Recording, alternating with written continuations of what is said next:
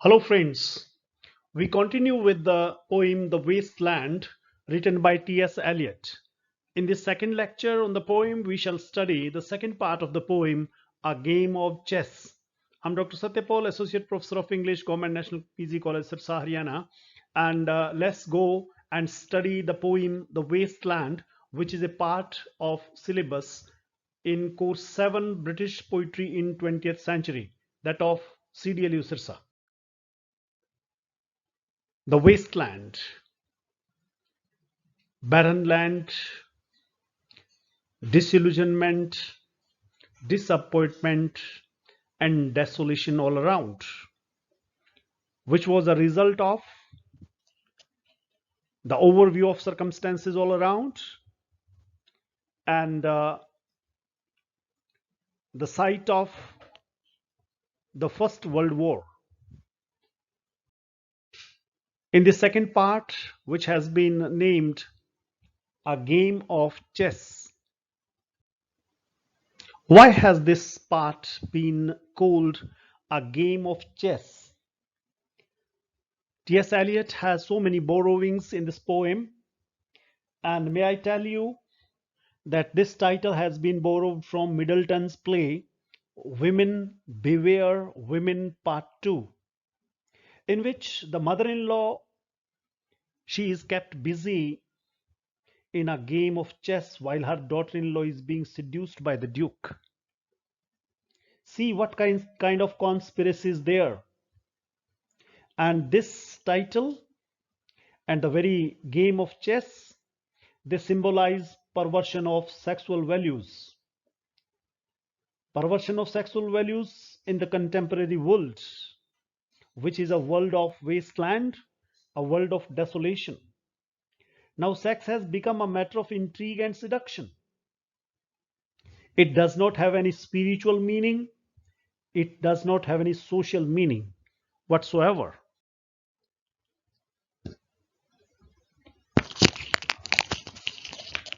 Now, these are the opening lines of the poem The Wasteland Part 2, A Game of Chess. The chair she sat in, like a burnished throne, glowed on the marble, where the glass, held up by standards wrought with fruited wines, from which a golden Cupidon peeped out, another hid his eyes behind his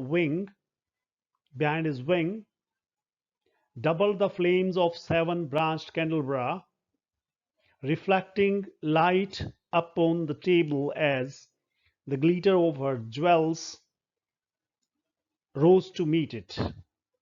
From satin cases poured in such profusion. Now he's talking about the beautiful lady. This beautiful lady is the modern wastelander. She is sitting in a chair, and not in a chair. She is sitting in a burnished throne.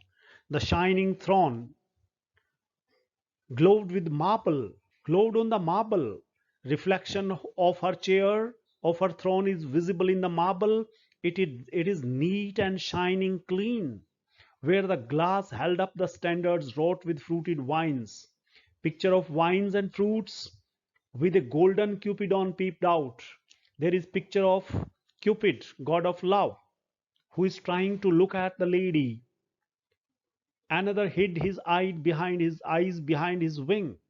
There is another Cupidon who is hiding behind his wings, and he is trying to look at her. Double the flames of seven branched candelabra. There is a stand. On that stand, you can make several candles rest, burning candles, reflecting light upon the table as the glitter of her jewels rose to meet it. She was wearing jewels from satin cases poured in rich profusion. And where are the jewels placed? They are kept in satin boxes, reminding us of the dressing table of Belinda in Alexander Pope's Rape of the Lock. There is nothing deeper in these lines except the sensuous beauty of the chair and of the scene. So the title from Middleton's play Beware, Women Beware Part 2, a game of chess we have talked about, and the chair she sat in. This scene reminds us of Shakespeare's play Antony and Cleopatra. This has an allusion to Shakespeare's play.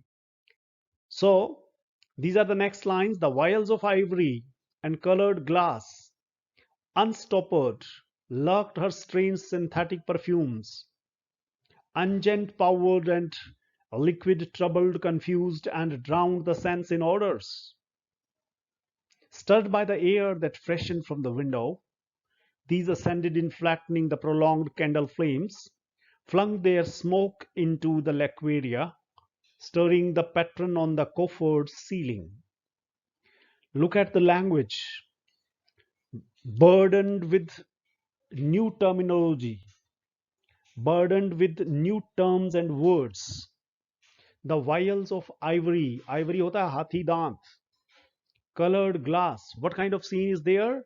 There are vials of ivory, small bottles in which perfume is preserved, and colored glass. Unstoppered lurked her strange synthetic perfumes. He is talking of perfumes. Modern man, he does not have great ideas. He has great perfumes and great clothes. Tailor-made man, most modern wastelanders, they want to be recognized by their clothes, by their perfumes, by their looks. You must have seen people these days, how they keep yellow hair and how they try to eulogize the beauty of those yellow hair among the black. This type of artificial beauty the poet has depicted here, and he indicates how the modern wastelanders are hollow. They are they are the people with no great ideas, people only with good clothes and jewels. Unguent powders and liquids, troubled, confused, and drowned the sense in odors stirred by the air that freshened from window. When the air blows from the window, the smell of the perfume remains behind. These ascended in flattening the prolonged candle flames. The candle flames are also affected with the blow of the wind, flung the smoke into the laqueria. Laqueria here means the beautiful ceiling of the house, the beautiful ceiling of the room where Belladonna is sitting. Laqueria means that ornamented ceiling. Coffered means decorated with sunken panels. Coffered ceiling, beautiful ceiling of the house. Here, the vials of ivory again remind us of Alexander Pope's Belinda and her dressing table. And these ascended in fattening the prolonged. There is an allusion to Virgil's description in Aeneid. Aeneid, which is Virgil's epic, similar lines are found there.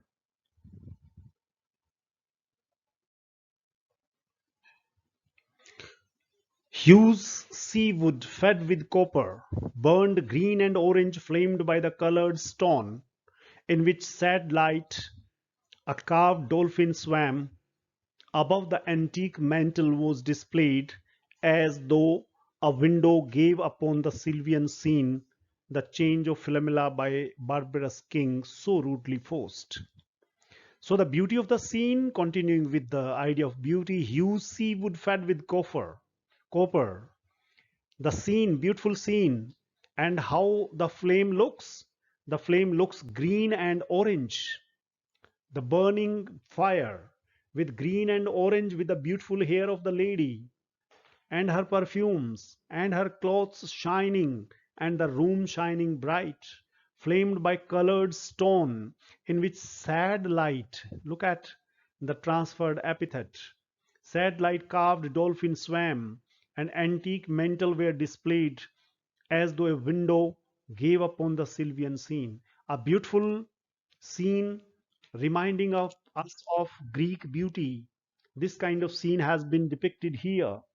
Actually, what the poet has said till now, he has described a situation and a scene in which a game of chess is being played in order to divert the attention of the mother-in-law, so that the duke can he can he can seduce the daughter-in-law. Now the poet wants to say that in this wasteland, sex has become a matter of intrigue, a matter of moves and counter moves between men and women. It has become a lust. It has become lust, a source of physical pleasure only, where no spiritual significance is involved. The family life of all the people in this wasteland, that has reached a stalemate, and people do not have pure and religious relationships. Eliot here highlights the futility, boredom, and neurosis of modern life, which has been depicted through sexual relationships. The mosaic of quotations, phrases, allusions described till now in the second section, called A Game of Chess, which has been taken from great poets like William Shakespeare, from works like Aeneid, and from masters like Middleton. These beautiful lines describe the beauty, describe the beauty of places and of high class people who enjoy luxury of life with empty ideas in their brains. Now he moves to give us a concrete picture how past is different from present.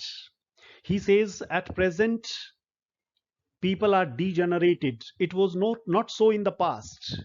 Now people have started living a dirty life. It was not so in the past. With a myth, he will describe this. What is this myth?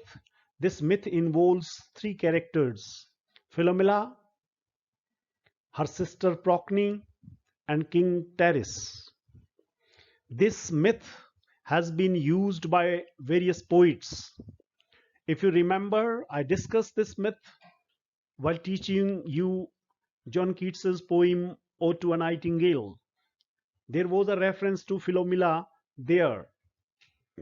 And again, Philomela is here. The change of Philomela by the barbarous king, so rudely forced. Philomela, the mythical character. Perhaps there has not been any actual character like Philomela. This is a myth, and this myth has been exploited by T.S. Eliot to express his opinion about the modern wastelanders. Now, what is the myth of Philomela? Actually, Philomela was an unmarried girl who went to visit her sister Procne, and she was raped on the way by her sister's husband, Tyrus. When she told Tyrus that she will reveal everything to her sister, he tried to silence her. When she was not ready to accept silence, he cut down her tongue, imprisoned her in a lonely place. She, however, wove her story into a tapestry, a piece of cloth, and sent that cloth to her sister, communicating everything what has happened to her, what Terrace did to her. Everything got communicated. And when the story reached to Procne, Procne killed the king's son and prepared her as meat and served that meat to the child's father Terrace. When Terrace came to know what he has eaten, he decided to take a revenge from Philomela. As he was about to stab Philomela and Procne, Philomela was changed to a nightingale, Procne to a swallow, and he himself was changed into a huppu. In poetic tradition, this story is told and retold. Why T.S. Eliot has used this myth here? Because he wants to tell us the difference between past and present. In past, people were so pure and religious that if something wrong happened to them, they had a chance to correct that. God was there with them. But now people do not come to the red rock. People have lost faith in religion, and God's hand is not on the heads of the people. How Philomela, to whom injustice was done, how she got changed into a nightingale so that nobody could harm her. But now, if people are suffering, they suffer continuously. He tells us the story of Philomela by barbarous king so rudely forced, yet there the nightingale filled all the desert with inviolable voice. Her painful voice, when the nightingale sings in the desert, the whole desert is filled up with her voice. Her painful voice. Still she cried. She cries of the pain. And what do people say? They say that nightingale is singing. Still the world pursues jug jug to dirty ears. Jug jug indicates it stands for the sound creating during sexual intercourse. This is crude joking. Philomela, her sister Procne, and King Terus. This myth, he says that the past was great, but present is not so. We people lack faith in God. We people do not belong to religion, and nothing good can happen to us. This is what T.S. Eliot believes.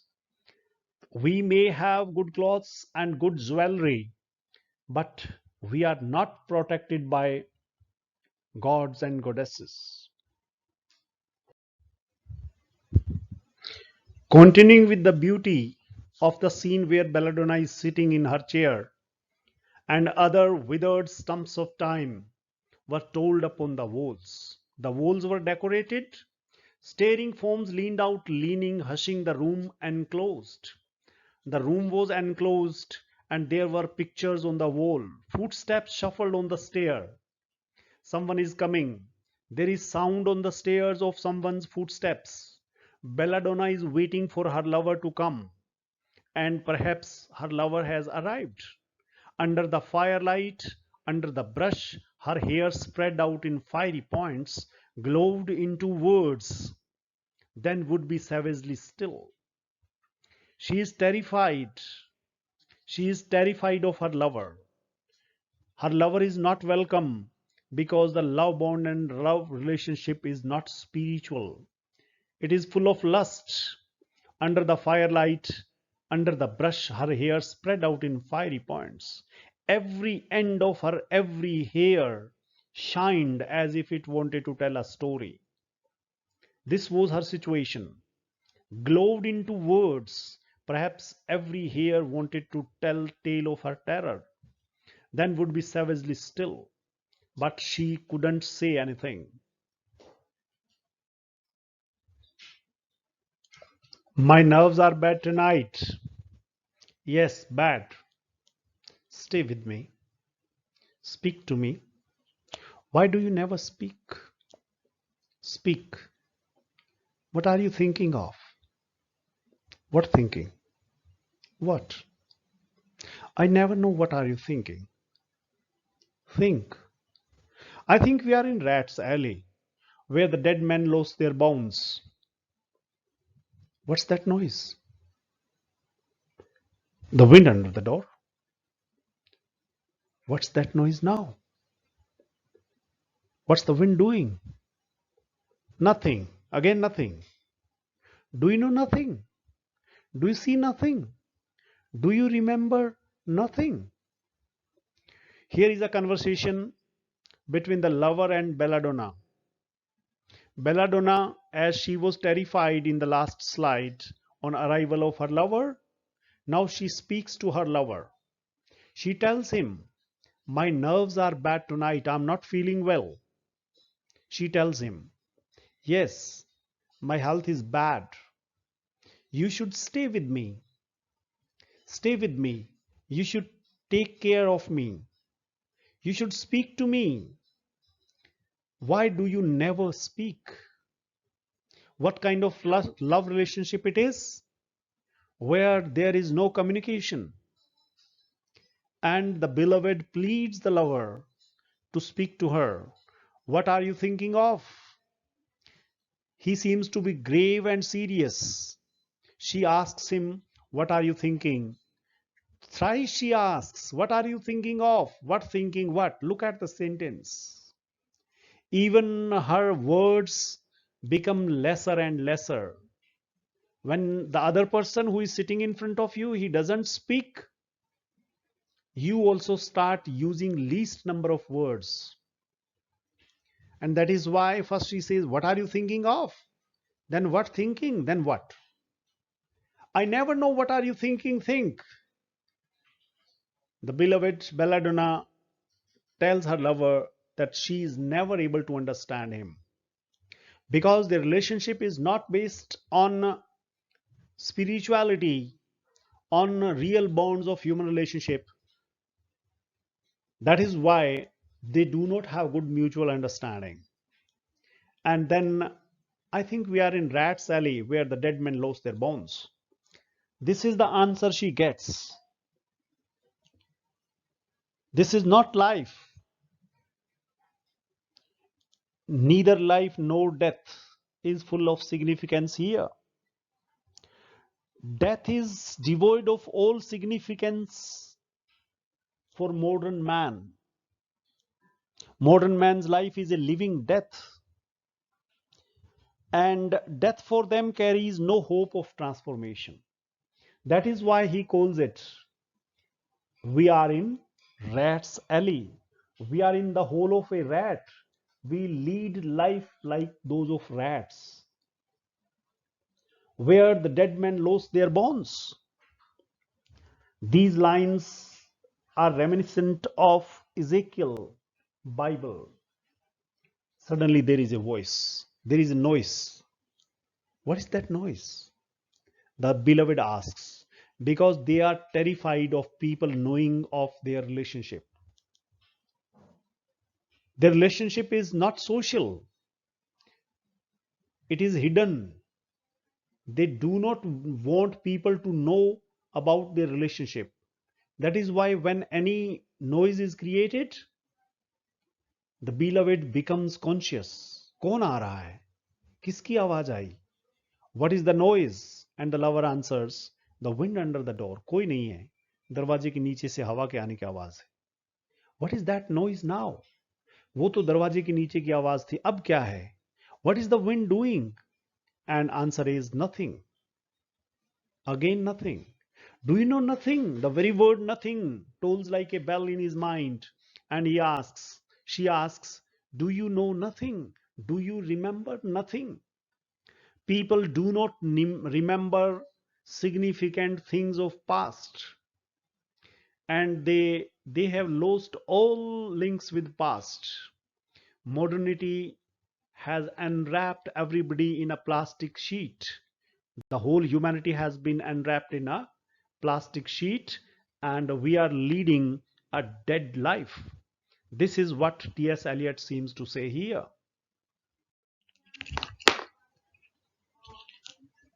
I remember those are pearls that were his eyes. Are you alive or not? Is there nothing in your head? But oh, oh, oh, oh, that Shakespearean rag. It's so elegant, so intelligent. What shall I do now? What shall I do? I shall rush out as I am and walk the street with my hair down. So, what shall we do tomorrow? Here is a conversation between Belladonna and her lover. The lady asking the lover questions. When she asserts time and again, Do you know nothing? Do you see nothing? Do you remember nothing? Then the man answers, I remember that those are the pearls that were his eyes. Actually, this line is from Shakespeare's play The Tempest, where Ariel sings a song. Those are pearls that were his eyes. Then this was a line from Shakespeare's play.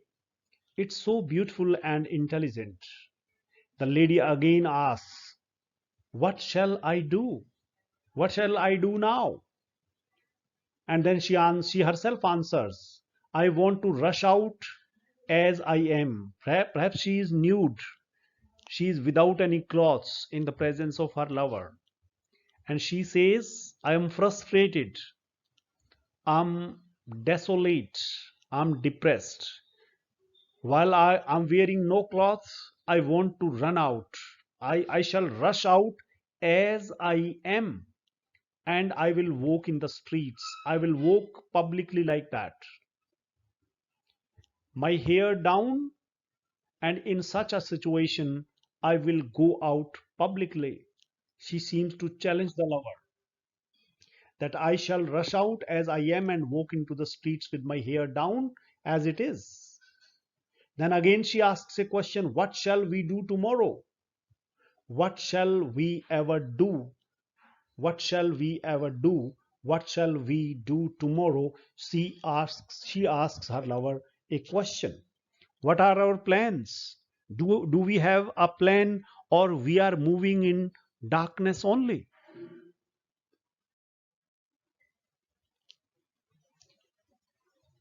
Belladonna has been asking a question to her lover. What shall we do? What shall we do tomorrow? What shall we ever do? What do we do? What kind of routine we have? What kind of life we are leading? Here, Belladonna is not Belladonna. She represents every woman. She represents every man, the whole of the world, the whole of modern world she represents. And she says what we do. The hot water at 10. We take a hot bath at 10 o'clock. And if it rains, a closed car at 4. If it is raining outside, then we go out to enjoy. और देखिए हमारा देश जो इतने अच्छे संस्कारों और संस्कृति का देश था, हमारा देश इंग्लैंड के रास्ते पर चल पड़ा। हमारा पूरा देश, हमारे पूरे देश की जनता इंग्लैंड जैसा बनना चाहती है। And in most of the bigger cities people have already reached that point. They are leading a life. धनाढ्य का जीवन जहां बहुत पैसा होता है, जहां रोजी रोटी कमाने का कोई चक्कर नहीं होता है, that life is very depressing life, believe me. कि आदमी के पास वक्त इतना ज्यादा होता है कि उसे पास करना मुश्किल होता है। ये तो रोजी रोटी के, रोटी कपड़ा और मकान के संघर्ष में इंडियन पॉपुलेशन बहुत आनंद लेती है जीवन के। होली पे रंग खेलती है तो कभी कीचड़ से खेलती है। And these wastelanders, what they do, they take a bath with hot water at 10 o'clock. If it rains, they go out in the closed car, the driver driving a car. We shall play a game of chess. What more can you do? तुम और कर भी क्या सकते हो? Modern wastelanders, they play a game of chess. Chess खेलना, carrom खेलना, indoor games खेलना, ये उन लोगों की आदत होती है जो टाइम पास करना चाहते हैं, जिनके पास करने के लिए कोई और काम करने की इच्छा नहीं होती। They play a game of chess in order to kill time. क्योंकि गेम ऑफ चेस में कोई एनर्जी की जरूरत नहीं होती, कोई भागने की जरूरत नहीं होती, कोई फिजिकल एक्सरसाइज नहीं होता। अगर मैं सही में कहूं, those people who are physically challenged, games like a game of chess और a game of carrom, these games are made for those people who cannot walk, who cannot move. But the world has made it a fashion, playing a game of chess. T.S. Eliot has seen this game as an intrigue because you have to move your next soldier, or next your elephant, or your king or queen after a deep and long thought. And that deep and long thought can keep you engaged unnecessarily. And meanwhile, the Duke is seducing her daughter-in-law. That is why the title of this section 2 is a game of chess. She says, "We shall play a game of chess, pressing lidless eyes, waiting for a knock upon the door." Look at this sentence. Pressing lidless eyes. We do not have lids on our eyes. Our eyes are stone eyes. We cannot see anything. We cannot open our eyes. We are simply half awakened. We cannot see anything. And waiting for a knock upon the door means she waits for the lover to come and knock upon the door. Everything they do that is illicit, that is full of lust.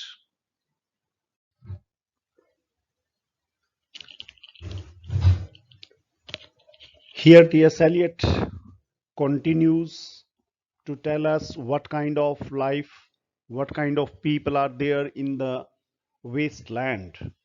He has talked about relations, man woman relationship in modern wasteland. Continuing with that,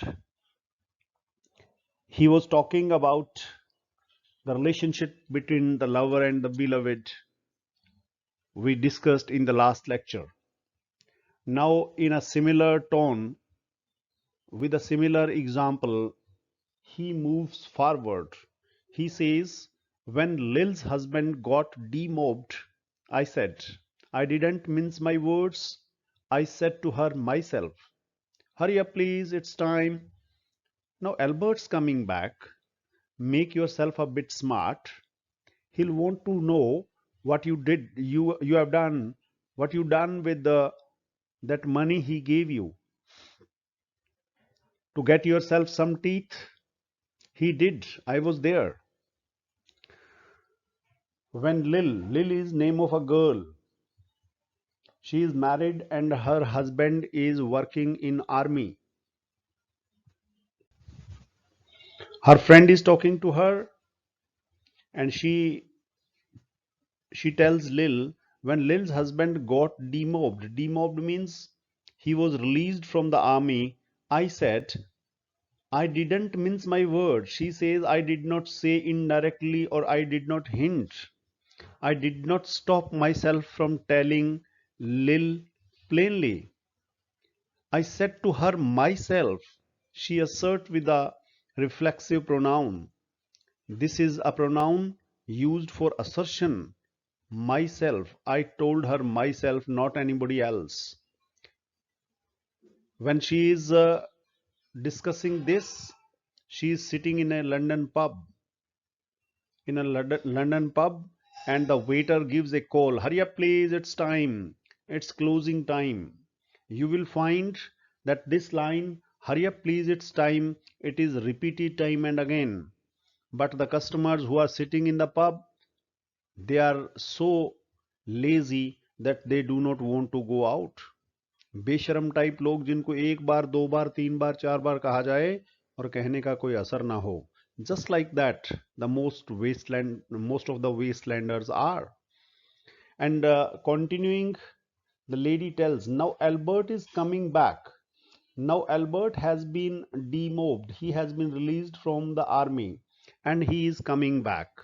Make yourself a bit smart. She gives her advice to her friend Lil that you should look good because after all your husband is coming. Now man woman relationship, it is based on beauty, physical beauty, not the spiritual relationship. It is a relationship of the bodies. This is what T.S. Eliot wants to tell you. And in this picture, in this paragraph, he discusses the married life of a woman, Lil. Lil's husband, who is coming back from army service, and when Lil consults her lady friend about her marriage, the lady gives her an advice. Hurry up, please, it's time, as I told you, is call from the waiter, and she tells that her Albert is coming back and you should make yourself a bit smart. He'll want to know what you done. See, look at this poetic language. You done, you have done होना चाहिए था had it been prose. What you done with the money he gave you to get yourself some teeth. Now modern wasteland, modern wastelanders and wasteland. She is very young and she has lost her teeth because mouth hygiene is not there. People, city dwellers, आपको मालूम नहीं होगा कि शहर में रहने वाले बहुत सारे लोग खाना खाने के बाद जैसे खाना खाते हैं बिना मुंह साफ किए वैसे ही सो जाते हैं। और बहुत सारे लोग ऐसे होते हैं सिटी ड्वेलर्स जो मुंह को जो पेपर से नैपकिन पेपर जो आता है उस पेपर से मुंह को ऊपर से साफ कर लेते हैं और मतलब पानी से साफ नहीं करते हैं। बहुत सारे लोग तो मैंने ऑफिस में भी देखे हैं जो बिना मुंह को पानी से साफ किए सुबह का ब्रेकफास्ट करने के बाद ऑफिस आ जाते हैं और उनके दांत ये बताते हैं कि वो क्या खा के आए हैं। So this is very bad. Modern westlanders. Albert, Albert gave you some money. The lady tells Lil, and you should get new teeth, a set of new teeth from that money. He did. He gave money. You cannot refuse. I was there. She says that in my presence, he gave you money, and you should get a new set of teeth from that money in order to make yourself a bit smarter. This is the advice from the lady. Here, T.S. Eliot wants to say that this relationship is not based on souls. This relationship is based on physical beauty. And secondly, that modern wastelanders are not healthy. They lose their teeth before they are 40 and they are not hygienic. These people do not take care of their health. This is what Eliot highlights here.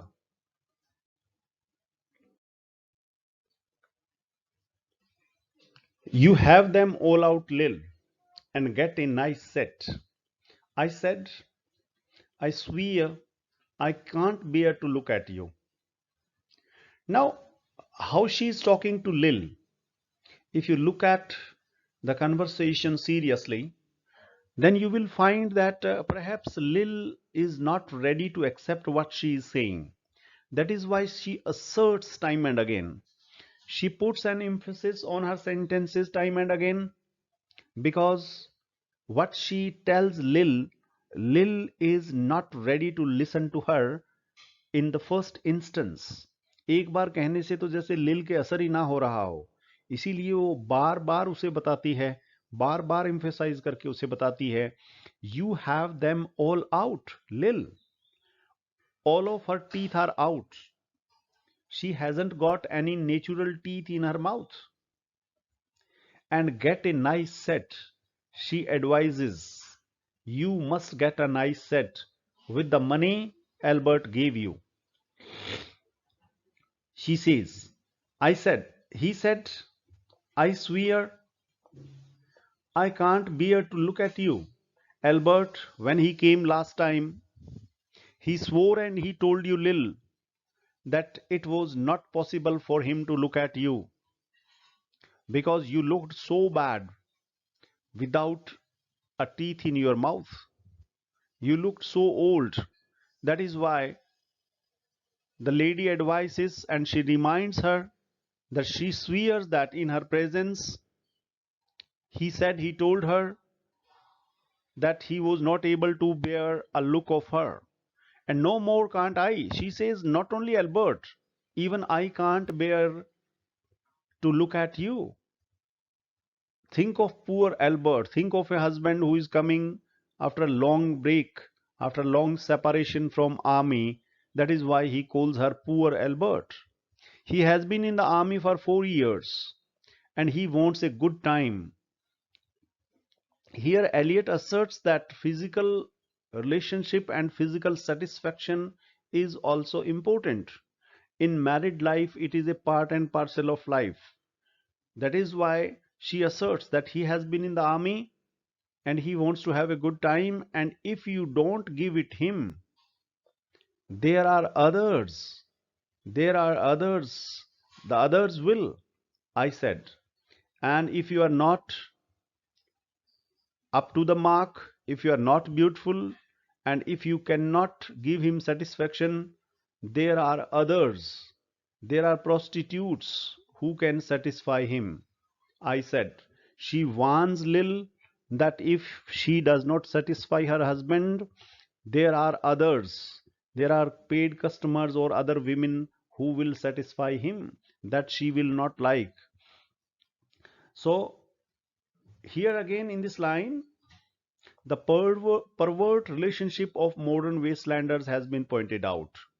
That if you are not satisfied with your life partner, you go to others. And others, they are so pervert, they are so degraded that they are ready to satisfy you. There are markets, there are prostitutes in the world, all over the world, in every country. And if the husband wife relationship is not to be satisfied in marital relationship, then there are other women who will satisfy the husband. This is here in this line, the pervert relationship of husband and wife, and in absence of that, to be satisfied by other women, whores and prostitutes has been pointed out. Oh, is there? She said. Something of that, I said. Then I'll know who to thank, she said, and give me a straight look. Hurry up, please, it's time. If you don't like it, you can get on with it, I said. Others can pick and choose if you can't. But if Albert makes off, it won't be lack of telling. Now Lil questions her friend. Oh, is there? She tells her that if you are not available, or if you are not ready to satisfy your husband, or if your husband is not satisfied with your physical relationship, there are prostitutes and others who will satisfy him. In response to this exclamation, Lil questions, oh, is there? She asks. Something of that, I said. Yes, there is something of that sort, that there are paid prostitutes who will satisfy him. She tells Lil. Then, then I'll know who to thank, she said. Now Lil tells her husband, her friend, that she should thank her because it is she who has warned her well in time, and who has told her what will happen in what circumstances. So she says that I should thank her. Lil says that I should thank you and give me a straight look. She tells her to give her a straight look, to look at her. Meanwhile, the waiter gives another call. Hurry up, please, it's time. As I told you earlier, modern wastelanders, they do not pay attention to what others say, what others want. The waiter gives a call time and again. Hurry up, please, it's time. But they are not ready to listen to that call. If you don't like, the conversation continues between Lil and her friend. If you don't like it, you can get on with it, I said. I have given you a piece of advice. Now, if you are not paying attention to my advice, it's your sweet will. You may not. You may not pay attention to what I have said.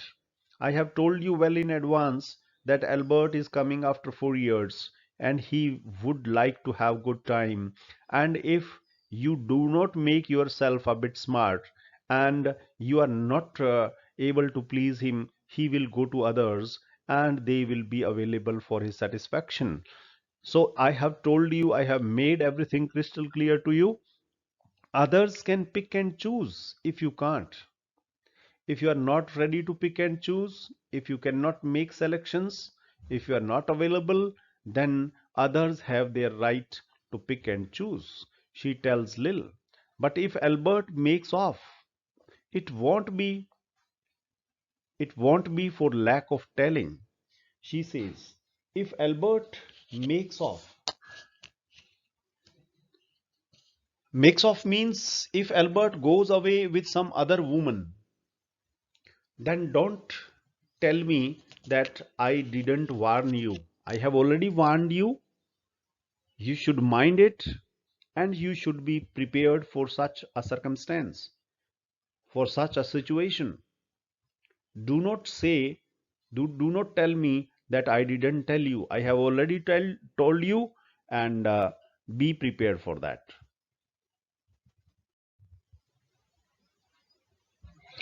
You ought to be ashamed, I said, to look so antique, and her only 31.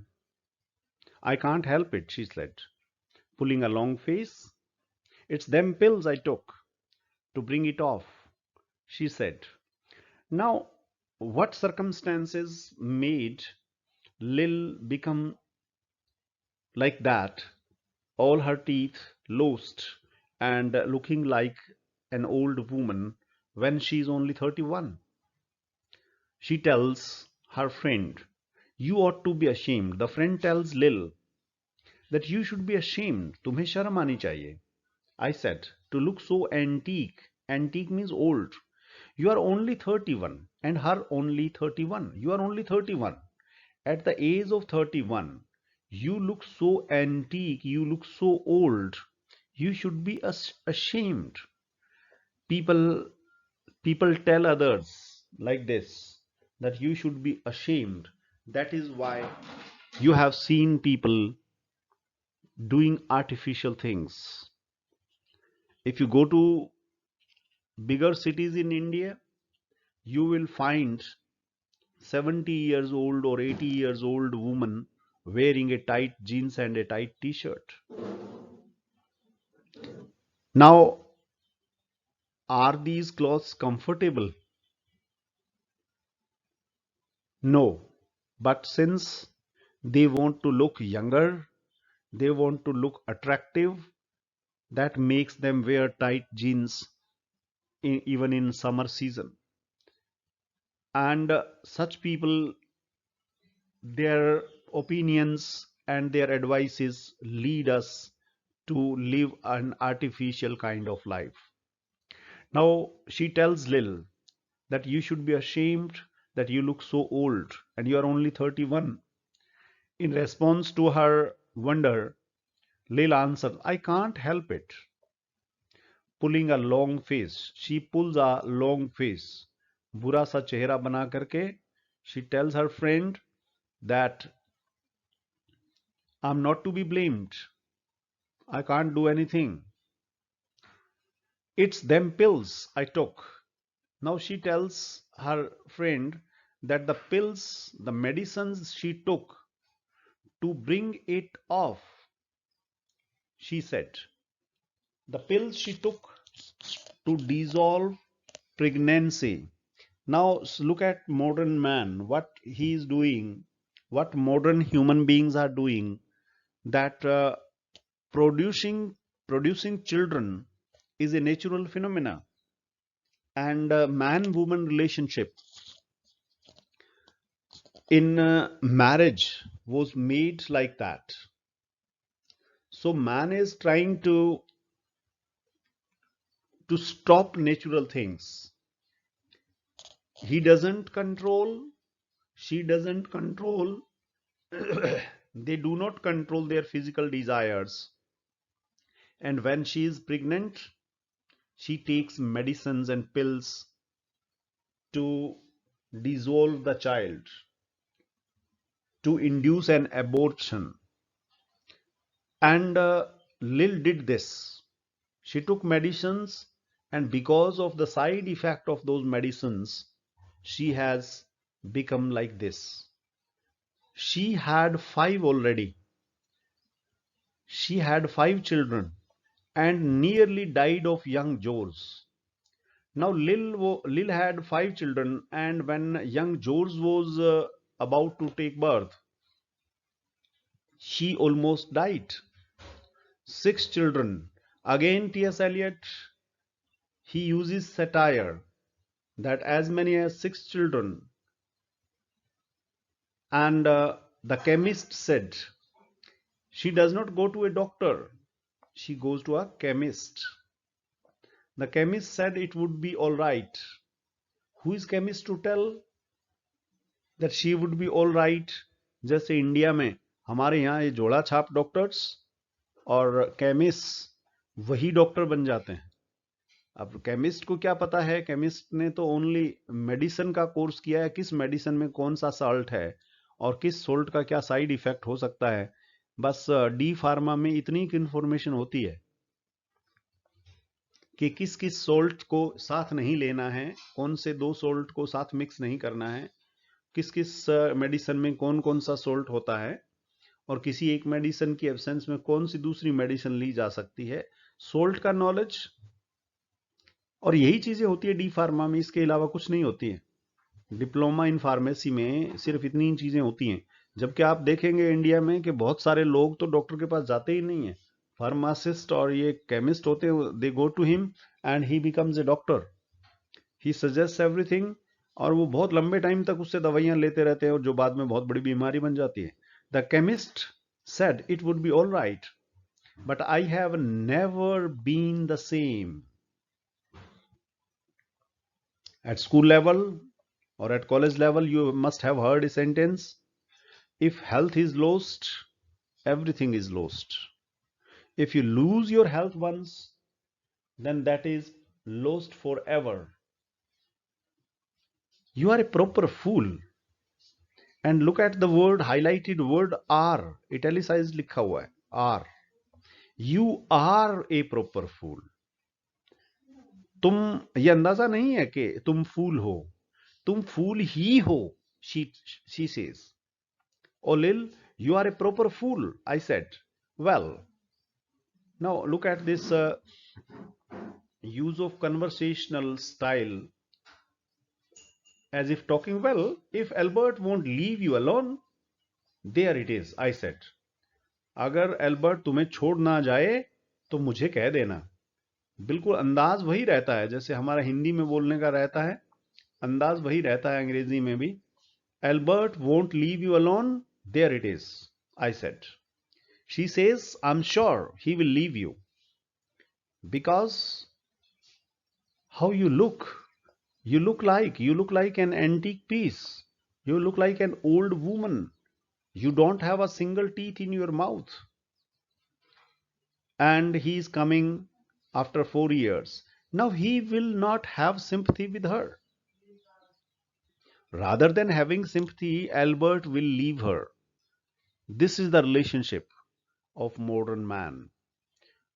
What you get married for if you don't want children? Now the situation is that perhaps Lil doesn't want children and Albert wants children, and there is disagreement between the two. And what you get married for? Now this lady, a friend to Lil, she she asks her, if you don't want children, then why you got married? If you are married, then you have to produce children. Now see the compulsion, see the social compulsion, see the compulsion of one partner who asserts that we will have more children. Meanwhile, it's the third time that the waiter says, hurry up please, it's time. So I don't need to say again what kind of temperament modern man has, what modern man wants, what modern wastelanders, what is their thinking, what kind of temperament they have got. Needless to say, what kind of people modern people are and what kind of relationship people have in this modern wasteland. Well, that Sunday Albert was home and they had a hot gammon and they asked me in to dinner to get the beauty of it hot. Hurry up please, it's time. Hurry up please, it's time. Good night Bill, good night Lo, good night May. Good night. Tata. Good night. Good night. Good night, ladies. Good night. Sweet ladies, good night. Good night. Look at these lines. How repetition has been added. How meaningless repetition has added. Now the lady continues, well, that Sunday, the next Sunday, Albert came home. He was released from the army and he came home. They had a hot gammon. Now what they prepared? They prepared gammon. Gammon is hog meat. Meat बनाया उन्होंने, and they asked me in to dinner. They invited that lady for dinner and they invited her to get the beauty of it hot. Modern man, आधुनिक आदमी test का, दिखावे का और इच्छाओं का इतना गुलाम है कि दुनिया की कोई ताकत उसको ठीक नहीं कर सकती. Now what he eats, how he lives, and the beauty of it hot. Look at this line. The beauty of it hot. Albert and Lil invite that lady and she comes that Sunday. They take dinner together and they take hot gammon, hot meat, and they enjoy it. Now the waiter, the barmaid or the waiter of the bar or the pub in which Lil and her friend they are sitting. So calls twice. Hurry up, please, it's time. Hurry up, please, it's time. And when she repeats it or he repeats it, then the people say goodbye. Now, good night, Bill. There are so many people. Good night, Bill. Good night, Lo. Good night, May. Good night. Now you must be wondering, is this poetry? What kind of poetry it is? Now this good night, repeated good night, indicates separation, painful separation. People do not want to go away from pub. People do not want to live a lazy life because April is the cruelest month and people dislike activity. People do not like activity. That is why saying this good night comes after at least five calls from the barmaid or the waiter. Then they start saying goodbye and everybody bids goodbye. Good night, Bill, good night, Lo, good night, May, good night, Tata, good night, good night. Now this is a custom saying goodbye. It is a reminder of the farewell scene in Shakespeare's play Hamlet. In Shakespeare's play Hamlet, when Ophelia bids goodbye to Hamlet. Just like that, it is a ceremony of good night. Now, there can be another interpretation of these lines that perhaps Lil is about to die and they are saying goodbye to her. Everybody says goodbye to her, and she has become so weak that she will die.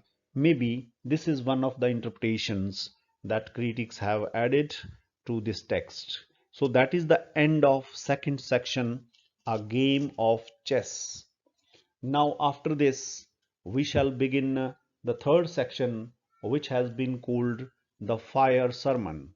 So you have to uh, study, you have to read this section closely and find out what makes this section different from the first section, the burial of the dead.